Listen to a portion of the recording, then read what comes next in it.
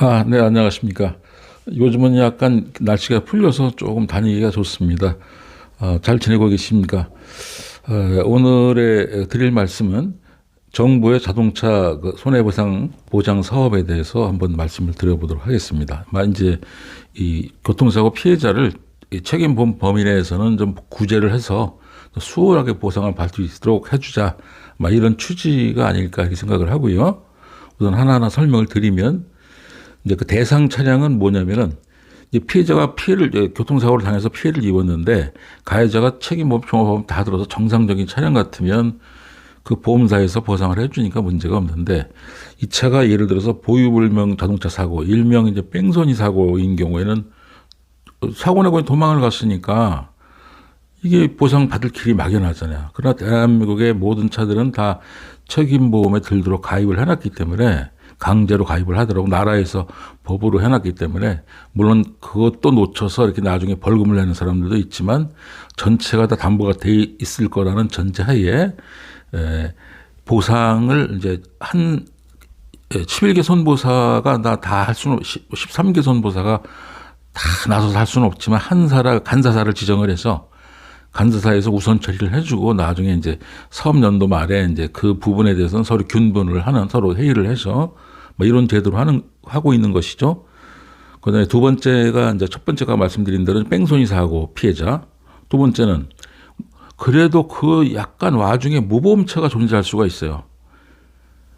여러 가지 형태가 있기 때문에 하여튼 말씀을 드리겠지만은 무보험으로 보상을 받지 못하는 사고 피해자가 또 발생을 하는데 먼저 무보험이라는 것은 책임보험을 미가입해서 어떻게 행정차거나 가해자가 차주가 깜빡하고 이걸 해야 되나 그 당시 병실에 들어가 있어가지고 이걸 놓쳤다거나 구류 처분을 받고 있는 중이라거나 이런 사고가 발생할 수가 있겠죠. 그 다음에 이제 이 차를 놔뒀는데 세워놓고 키를 꽂아놨는데 무단 절취운전을 키를 꽂아놓지 않아도 무단 절취운전을 당하는 중 그러면 차주는 책임이 없어지죠. 키가 더 꽂아놓고 다 단정하게 차를 딱 주차를 해놨는데 그걸 강제로 보시고 들어가서 끌고 가면 그러면 이런 사람들이 낸 사고는 국가에서 보장을 해준다 이런 얘기입니다. 그래서 크게 얘기해서 뺑소니 사고 피해자, 책임보험 하다 우연히 미가입차, 그다음에 무단 절취운전차, 그다음에 이제 유엔 차량, 미군 차량, 그다음에 이제 군에서 움직이는 차들이 있습니다. 자기네 공장 안에서만 이렇게 물건을 움직이는 그냥 난밥 하나 없는 차들 이런 것들은 이제 자기네 단지 내에서만 하는 도로가 아닌 곳이죠. 그쪽은 이런 것은 해당이 안 됩니다.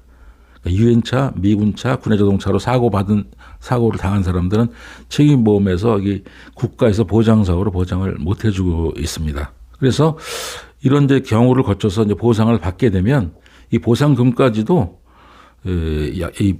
양도금지 조항이 있기 때문에 압류금지 조항이 있기 때문에 이거를 상계하고자 이 돈에서 미리 가압류를 해서 그 사람이 다른 잘못으로 인한 것을 절취해 간다든가 그걸 뜯어간다든가 이런 일은 없죠. 뜯어간다는 표현도 좀 그렇네요.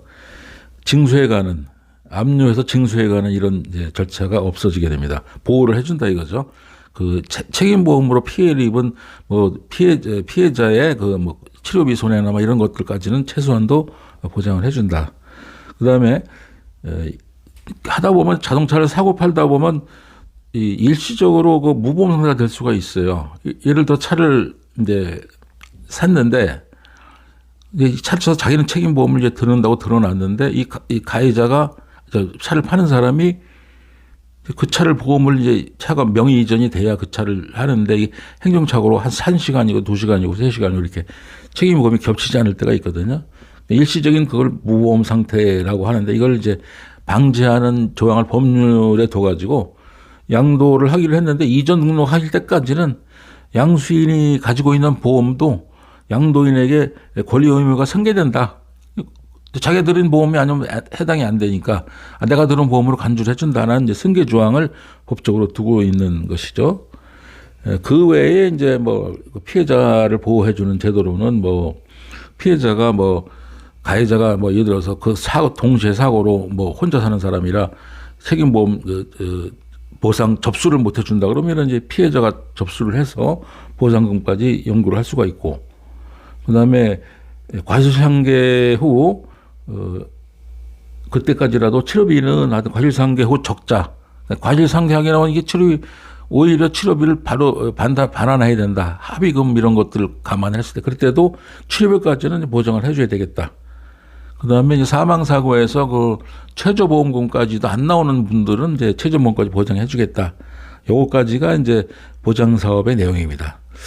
그 다음에 이제 책임보험에, 이거는 보장사업은 좀 떨어졌지만, 책임보험에서 그 책임보험, 나라에서 이제 그것을 좀 보장을, 시켜서 과소비되는 것을 막기 위해서, 뭐 주로 나가는 게 이제 진료비 수가하고 이제 정비 수가가 나가게 되는데, 그 진료비도 보통 병원에서는 일반 수가, 의료보험 수가, 고시 수가 이렇게 돼 있어요. 이게 이제 정부에서 고시 수가를 정해서 책임보험 치료비로 되는 것은 한도액이라든가 뭐 소진 방지를 위해서 그 치료비를 고시한 금액 이상으로, 똑같은 치료를 한다고 일반한테 내가 100만 원 받을 수 있는 거를 이거 고시한 금액으로 한다면은 뭐 한 60, 70% 정도 받을 수가 있다든가 그런 수가를 미리 정해줘 버립니다. 그다음에 정비 수가도 마찬가지예요. 정비 수가도 정상적인 뭐 일반 수가가 있고 보험 수가가 있는데 그 사이에 금액이 뭐 정해하지는 않겠지만 그 정비 보험사하고 정비사하고 보통 계약을 맺는 수가가 있는데 그 계약을 맺는 수가의 기준은 그 정부에서 그 정비 수가를 공표를 합니다. 정비 수가라는 건 이제 어떻게 되냐면 반바 하나를 띄고 다는데 얼마 이렇게 금액을 정하는 게 아니고 맨아워를 정합니다.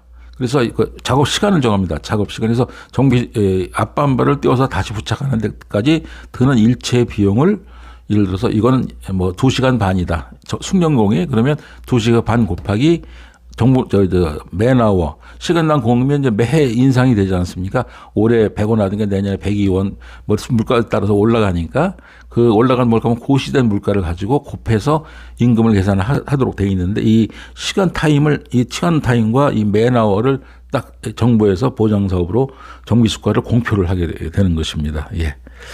그래서 오늘까지 드릴 말씀을 드렸고요. 날씨에 좀 조심하시고 또 운전에 조심하시고 항상 주의해 주시기 바랍니다. 오늘 여기까지 말씀드리겠습니다. 감사합니다.